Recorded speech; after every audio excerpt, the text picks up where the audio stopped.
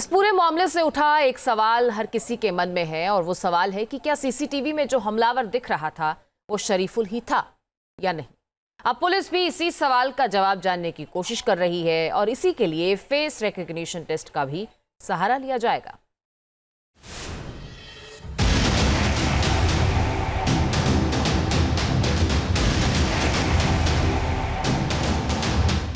CCTV में आरोपी शरीफुल है या कोई और?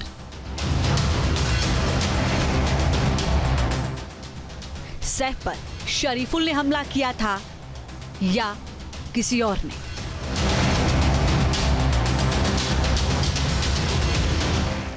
फेस रिकॉग्निशन टेक्नोलॉजी से खुलेगा राज।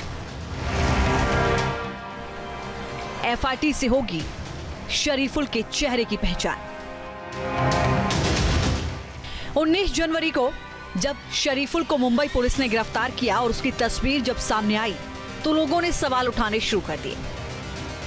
सवाल ये थे कि सीसीटीवी में दिख रहे शख्स और शरीफुल के चेहरे में फर्क है। सीसीटीवी में दिख रहे शख्स की उम्र शरीफुल की उम्र से कम लग रही है।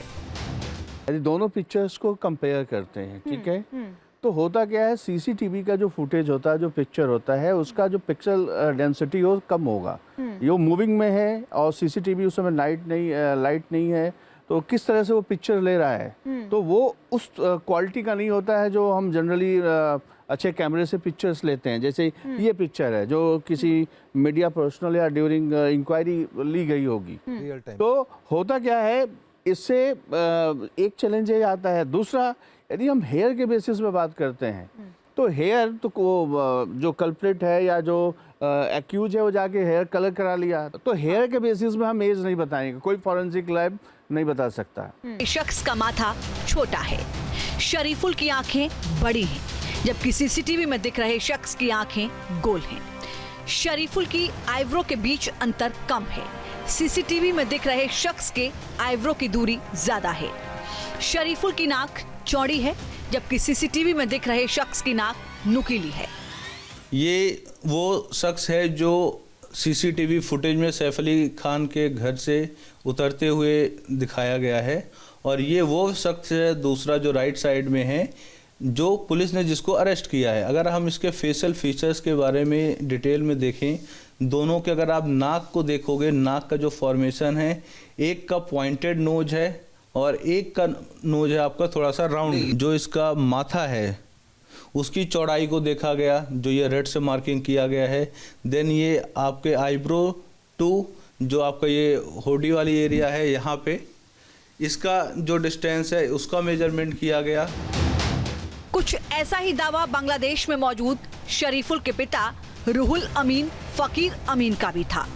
उनका दावा था कि सीसीटीवी में जो शख्स दिख रहा है वो उनका बेटा शरीफुल नहीं है।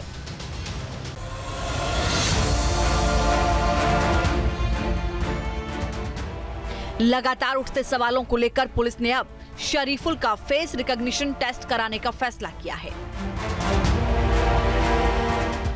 शुक्रवार को पुलिस ने कोर्ट में बताया कि शरीफुल के चेहरे की पहचान जरूरी है ताकि ये पता लगाया जा सके कि सीसीटीवी में दिखने वाला शख्स कोई और नहीं वही है।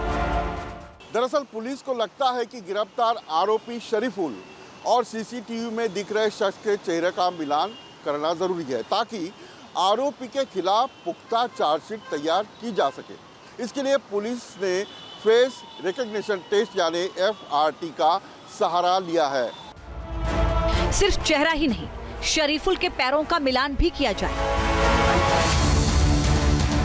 हालांकि हमले के दौरान जो जूते उसने पहने थे वो अभी तक बरामद नहीं हुआ है।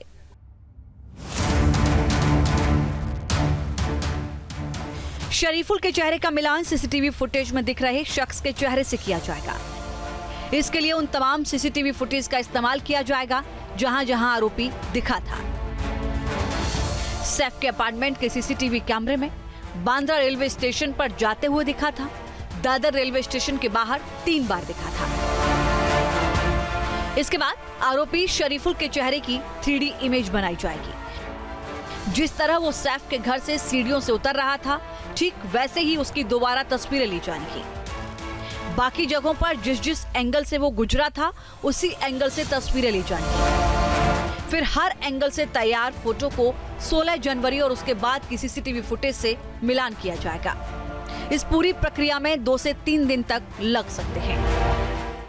अब ये जो नोज वाला जो पिक्चर है, ठीक है, और वो यदि हम एंगल से देखते हैं तो ये हम देखेंगे, प्लस जिस तरह से उसका चेहरा थोड़ा वाइड है, भरा हुआ फील हो रहा है, यहाँ नहीं हो रहा है। मैचिंग हमेशा ये लाइक होता है, एक एंगल से दोनों पिक्चर होगा तो उसकी प्रॉपर मैचिंग होगी, और उसमें फोरहेड हुआ, नोज हुआ, उसका आई का, उसका ईयर पैटर्न भी हम कंपेयर कर सकते हैं। तो ये एवरीथिंग जो हम देखेंगे, सीसीटीवी फुटेज में केवल एक ही जगह का पिक्चर नहीं रहा होगा, चलते हुए रहा होगा, वॉकिंग भी रहा होगा, तो वॉकिंग करा के भी हम पैटर्न को पता कर सकते हैं। अब ये जानना जरूरी है कि क्या होता है FRT यानी फेस रिकॉग्निशन टेस्ट, जिसे साइंटिफिक लैंग्वेज में biometric artificial intelligence based application भी कहा जाता है।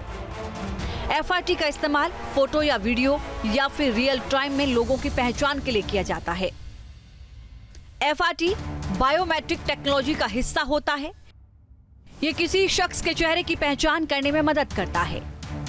इसमें आंख के रेटिना, नाक, चेहरे के साइज की पहचान की जाती है। पुलिस अब उसी एंगल से आरोपी की 3D फोटो तैयार करेगी, जिस तरह से वो 16 जनवरी की रात सैफ के घर घुसा था और हमले के बाद भागा था। उसी एंगल से उसकी तस्वीर ली जाएगी, फिर उन तस्वीरों को उस रात सीसीटीवी में दिखे शख्स के चेहरे से मिलान किया जाएगा। इसी तरह से सभी एंगल से फोटो और वीडियो की जांच के बाद साफ हो पाएगा कि शरीफुल ने ही उस रात वारदात को अंजाम दिया था। फिलहाल आरोपी 29 जनवरी तक पुलिस हिरासत में है। तब तक पुलिस इस पूरे प्रक्रिया को पूरा कर लेगी ताकि कोर्ट में साबित किया जा सके कि शरीफुल ही सैफ का असली हमलावर है। मुंबई से विलास आठवले और पंकज मिश्रा के साथ टीम न्यूज नेशन।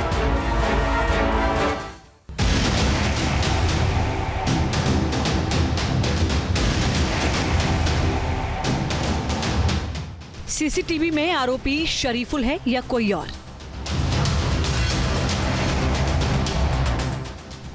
सैफ पर शरीफुल ने हमला किया था या किसी और ने?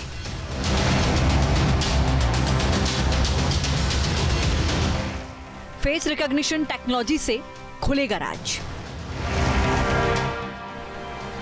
FRT से होगी शरीफुल के चेहरे की पहचान।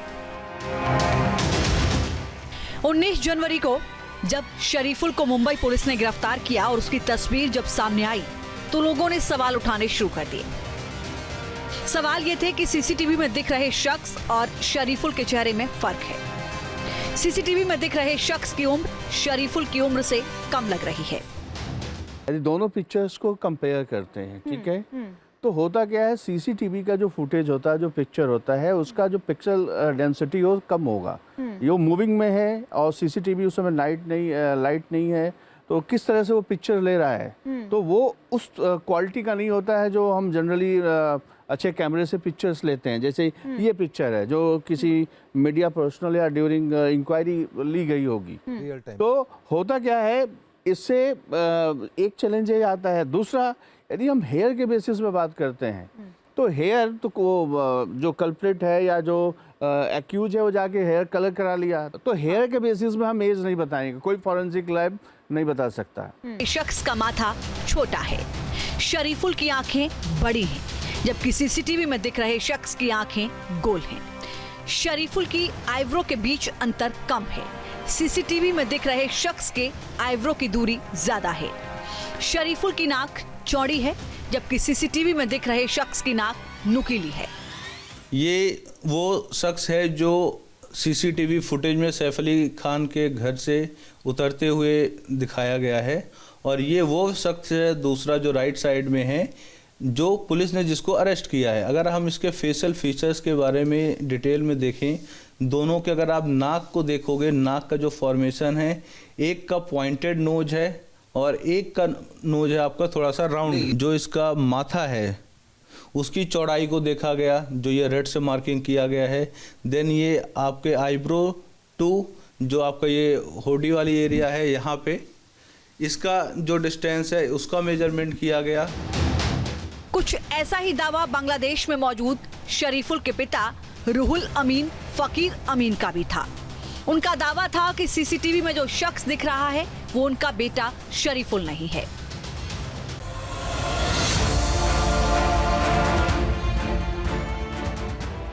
लगातार उठते सवालों को लेकर पुलिस ने अब शरीफुल का फेस रिकॉग्निशन टेस्ट कराने का फैसला किया है। शुक्रवार को पुलिस ने कोर्ट में बताया कि शरीफुल के चेहरे की पहचान जरूरी है ताकि ये पता लगाया जा सके कि सीसीटीवी में दिखने वाला शख्स कोई और नहीं वही है। दरअसल पुलिस को लगता है कि गिरफ्तार आरोपी शरीफुल और सीसीटीवी में दिख रहे शख्स के चेहरे का मिलान करना जरूरी है ताकि आरोपी के खिलाफ पुख्ता चार्जशीट तैयार की जा सके। इसके लिए पुलिस ने फेस रिकॉग्निशन टेस्ट यानी FRT का सहारा लिया है। सिर्फ चेहरा ही नहीं, शरीफुल के पैरों का मिलान भी किया जाए। हालांकि हमले के दौरान जो जूते उसने पहने थे वो अभी तक बरामद नहीं हुआ है।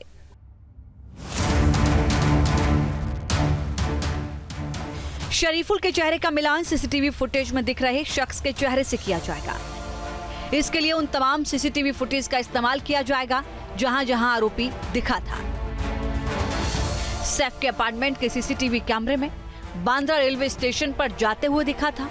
दादर रेलवे स्टेशन के बाहर 3 बार दिखा था। इसके बाद आरोपी शरीफुल के चेहरे की 3D इमेज बनाई जाएगी। जिस तरह वो सैफ के घर से सीढ़ियों से उतर रहा था, ठीक वैसे ही उसकी दोबारा तस्वीरें ली जाएंगी। बाकी जगहों पर जिस जिस एंगल से वो गुजरा था, उसी एंगल से तस्वीरें ली जाएंगी। फिर हर एंगल से तैयार फोटो को 16 जनवरी और उसके बाद की सीसीटीवी फुटेज से मिलान किया जाएगा। इस पूरी प्रक्रिया में 2 से 3 दिन तक लग सकते हैं। अब ये जो नोज वाला जो पिक्चर है, ठीक है, और वो यदि हम एंगल से देखते हैं तो ये हम देखेंगे, प्लस जिस तरह से उसका चेहरा थोड़ा वाइड है, भरा हुआ फील हो रहा है, यहाँ नहीं हो रहा है। मैचिंग हमेशा ये लाइक होता है। एक एंगल से दोनों पिक्चर होगा तो उसकी प्रॉपर मैचिंग होगी, और उसमें फोरहेड हुआ, नोज हुआ, उसका आई का, उसका ईयर पैटर्न भी हम कंपेयर कर सकते हैं। तो ये एवरीथिंग जो हम देखेंगे, सीसीटीवी फुटेज में केवल एक ही जगह का पिक्चर नहीं रहा होगा, चलते हुए रहा होगा, वॉकिंग भी रहा होगा, तो वॉकिंग करा के भी हम पैटर्न को पता कर सकते हैं। अब ये जानना जरूरी है कि क्या होता है FRT यानी फेस रिकॉग्निशन टेस्ट, जिसे साइंटिफिक लैंग्वेज में biometric artificial intelligence based application भी कहा जाता है। FRT का इस्तेमाल फोटो या वीडियो या फिर रियल टाइम में लोगों की पहचान के लिए किया जाता है। FRT बायोमेट्रिक टेक्नोलॉजी का हिस्सा होता है। ये किसी शख्स के चेहरे की पहचान करने में मदद करता है। इसमें आंख के रेटिना, नाक, चेहरे के साइज की पहचान की जाती है। पुलिस अब उसी एंगल से आरोपी की 3D फोटो तैयार करेगी, जिस तरह से वो 16 जनवरी की रात सैफ के घर घुसा था और हमले के बाद भागा था। उसी एंगल से उसकी तस्वीर ली जाएगी। फिर उन तस्वीरों को उस रात सीसीटीवी में दिखे शख्स के चेहरे से मिलान किया जाएगा। इसी तरह से सभी एंगल से फोटो और वीडियो की जांच के बाद साफ हो पाएगा कि शरीफुल ने ही उस रात वारदात को अंजाम दिया था। फिलहाल आरोपी 29 जनवरी तक पुलिस हिरासत में है। तब तक पुलिस इस पूरे प्रक्रिया को पूरा कर लेगी ताकि कोर्ट में साबित किया जा सके कि शरीफुल ही सैफ का असली हमलावर है। मुंबई से विलास आठवले और पंकज मिश्रा के साथ team news nation. News nation अब व्हाट्सएप पर।